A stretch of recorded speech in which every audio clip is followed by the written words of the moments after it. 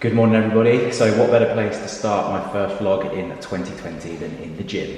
I hope that many of you, like myself, use the new year as an opportunity to start fresh and clear your headspace and get refocused for the year ahead. I'm not one for setting New Year's resolutions, but I definitely see it as like a fresh start. So I guess I can play around my routine a little bit and try and get things tidy and as straight as possible. With where I'm going and the direction in which I want to go for the year. So this morning we got up at 8 AM, which was not as early as I planned, so not the best start, but yesterday Lydia and I headed over to drop off some post with our neighbours, and during the process one of our other neighbours was out doing some work on their garden, and we jumped over, said hello, and 5 or 6 hours later, 5 bottles of champagne, a cheese spread with caviar, we were done. So we got home at like, God knows, must have been about 10:30 PM or something, and we had a lovely time, and I have zero regrets. I'm not doing dry January, so I fully embraced that on my Sunday evening, and I wasn't going to let that ruin my first day. So we've got up, got in the gym. I've already started doing some errands today to get on top of that, and I guess my focus really for today is to get back into work easily. So I don't want to go like too hard and put too much pressure on myself. I know the start of the year, it's really easy to feel a lot of pressure to be different and to change and have positive change and be productive. And I think you can just relieve yourself of those pressures. You don't need to put yourself under those pressures. Just try to be productive. That's the key thing for me. But I've got a session this morning. I'm going to start training in the mornings before the working day. I'm not a morning person, but I know that Lydia keeps telling me that the more you get up, the easier it will get. So I'm just going to try and bear it, push through and get used to that kind of like morning routine and just take day by day as it comes. So yeah, I thought I'd quickly jump on, say hello. I hope everyone had a lovely Christmas and New Year's. 2020 is looking quite bright already. Got a couple of trips lined up, which I'm very excited to tell you about in the future. I know that both the places that I'm referencing at the moment I've never visited before. Can't wait to get stuck in and head to some new destinations this year. But I'm going to go upstairs now, get showered, sit down on my desk. One of the first things I want to do actually is look at getting a microphone for this camera. We are filming here, by the way. Because I've noticed that in a lot of my videos there's big sound problems. So the music's playing too loud or I'm talking too quietly, either one. And when I'm holding the camera and I'm talking behind, I'm quite poppy with my P's, so you get like a bit of a pop on the camera, and it's not nice to listen to, and it happens a lot. So I'm going to try and get a dead cat that will fit and stay on the G7X. I need to do a software update on this as well. So that's going to be my plan this morning, and then I just need to get stuck back in, check in with my manager, and see what's going to be going down. I think I might be heading to London this week on Thursday, so yeah. Back to it. Oh, I feel so much better for getting out of the shower. But what has been going on then over Christmas? Lydia and I hosted Christmas at our house for the first time ever. And we were super nervous about it because we just felt like it wouldn't have been the same and the magic wouldn't have been there. But it went really well with the help of my parents. They prepared the food. The magic was still there and we had an incredible day. And it made me realise that Christmas isn't a magical time of year if you don't make it a magical time of year. It is what you make of it. We put a lot of effort into making it a special day and it paid off. Everybody absolutely loved it. And it's also filled Lids and I with a lot of confidence that if we do ever do a Christmas here again, we know it's gonna be super special and we know that we can do Christmas as well. So that was really nice. But I spent my day on Saturday taking down all of the Christmas trees. So as you can see behind me, I'll spin you around. We are now back to the normal setup in here. Same as into our lounge as well. Removed the Christmas tree in the corner, which we do miss. It's funny because Lids and I say this every single year. Every time you take the Christmas tree down, you feel like there's something missing in the room. It just brings like such a nice energy into the room and it kind of feels like it completes it. And then when you take it down again, you're like, oh, it feels a bit empty in here. But we'll get used to it again. And I guess if it was up constantly, it would lose its specialness. So yeah. That is what it is, but the house is kind of like back to its tidy state, which makes me feel good because If I'm on a mission to be productive and get stuff done, nothing beats having a tidy, clean and organised environment. And I did spend quite a lot of Christmas actually organising. I organised my office, my wardrobe. I've done a huge clear out. In fact, I've got a rail of clothes upstairs and probably about 8 pairs of trainers that I'm going to be donating to charity. Feeling like really on top of everything, which is a great way to start the new year. The only downside is, I don't know if any of you have noticed, but I've got these really nasty red marks under my eyes and also just down the side of my nose. It's something that runs in my family quite a lot actually. My brothers have it, my dad has it, and they all use different creams and methods to try to reduce the redness during the winter months. And I think that from chatting to people, it's generally caused from the weather conditions, being outside in the fresh air, and basically your skin getting battered, and also from fake heat, so being inside. I think that has caused me to get dry skin. Lydia thinks I've got dermatitis, but of course we need to go to a doctor to find out what exactly it is. I actually went into Boots and the chemist lady suggested that I used a particular face wash and cream that was like fragrance free, and she also put me on some allergy tablets as well, and it literally made it 10 times worse. Like it was only a few days ago that I did it, and my eye went really red both sides, so I stopped that immediately. And my friend Timothy James has suggested a brand called Aven. I don't know if that's how you pronounce it, and unfortunately I didn't have any in stock in Boots, completely sold out, so I haven't actually had the opportunity to try that cream yet, but I am on a mission to try to sort it out because it kind of like makes my eyes water a lot, and it itches. It's really irritating, so I'm hoping that in the next few weeks we're going to get rid of that, but I need to act on it because it's been a little while already and I've not done anything about it. So I need to see what I can do to help reduce this, and if I do find anything that I find works for me, then of course I'll pass it on for you, because I'm sure I'm not the only person that suffers from dry skin on the face. A current stack of clothes that I'm going to be donating, bar the jeans at the front. They were part of that River Island campaign. I'm going to be keeping hold of those, and then we've got some shoes as well down here, like these Vivienne Westwood sneaks, brand new, never worn.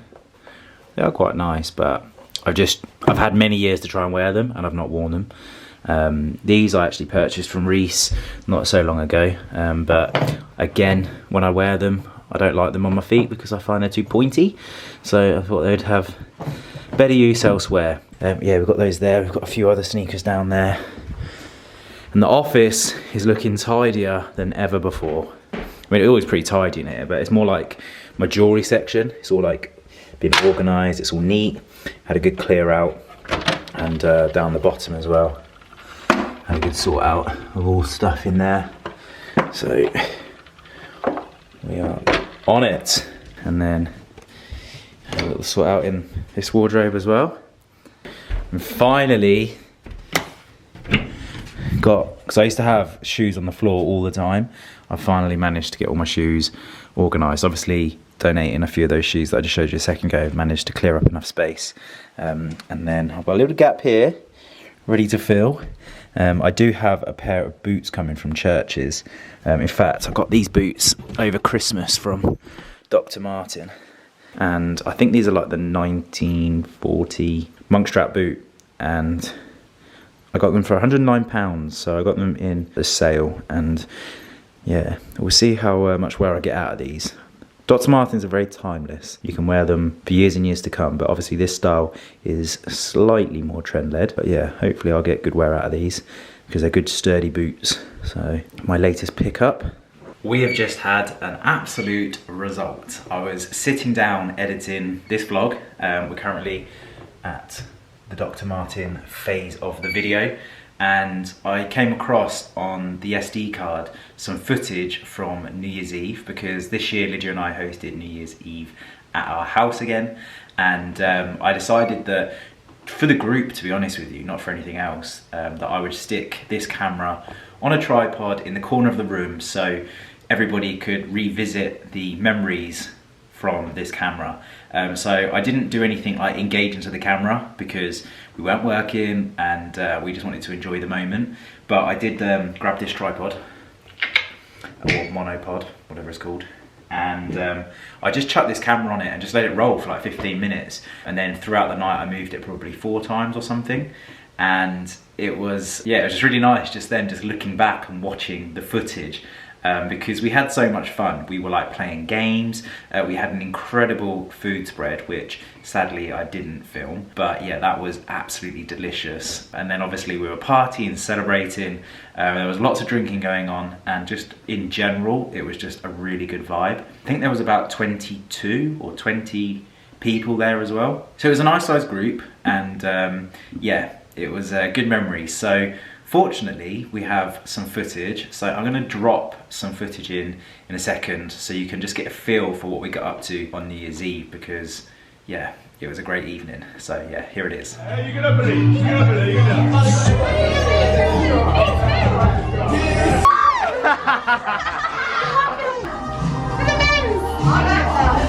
Big Gorilla film.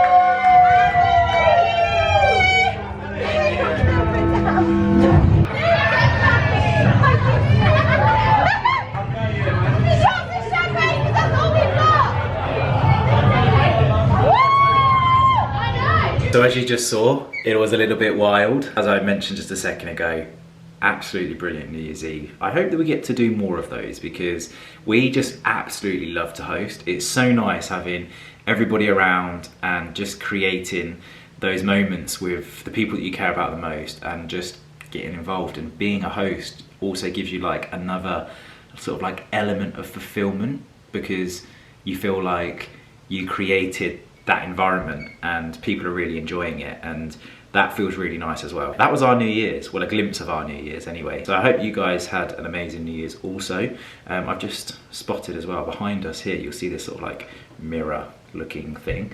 It's actually a perpetual calendar. It's from Tom Dixon. Lydia got me it in the summer and I just didn't get around to putting it up. So over Christmas, I allocated a little bit of time just to stick in a couple of pins in the wall to stick that up. I only learnt yesterday that perpetual means like continuous. So it's a calendar that isn't year specific. So I can just use this forever because it's just the date and the month. So happy days. We need to interrupt this, just a second. I'm sitting down editing this video and I'm like, hang on a minute, man's got a bogey. Oh, I've got to refilm this.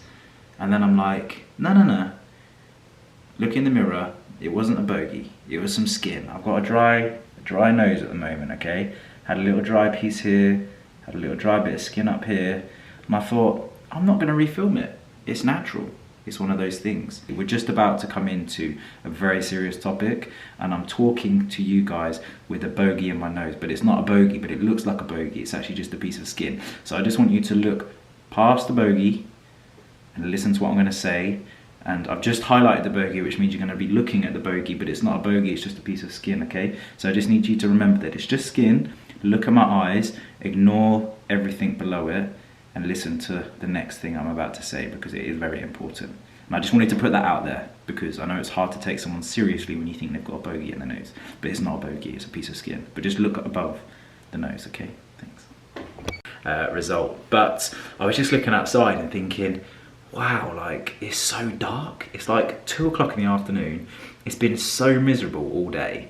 And then it made me think, hang on a minute, Ali, like you are whinging about it being dark outside when there is a national crisis going on in Australia. What is going on over there is absolutely devastating, and it just broke my heart when I was watching videos of the koalas that were getting caught up in the fires and all of the other 500 million animals so far that have lost their lives in those bushfires. Like that number just blows my mind.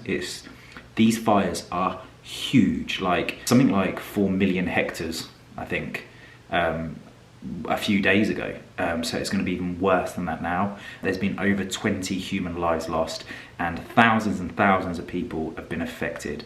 And I think that it's really important that I end this video on the subject that I think we all need to pay a lot of attention to, because it is very serious. And I think if anybody wants to know more information about what's going on over in Australia, please check the link in my description box today. I will be leaving a link down there, so you can go and check that out. And then also ways in which you can donate.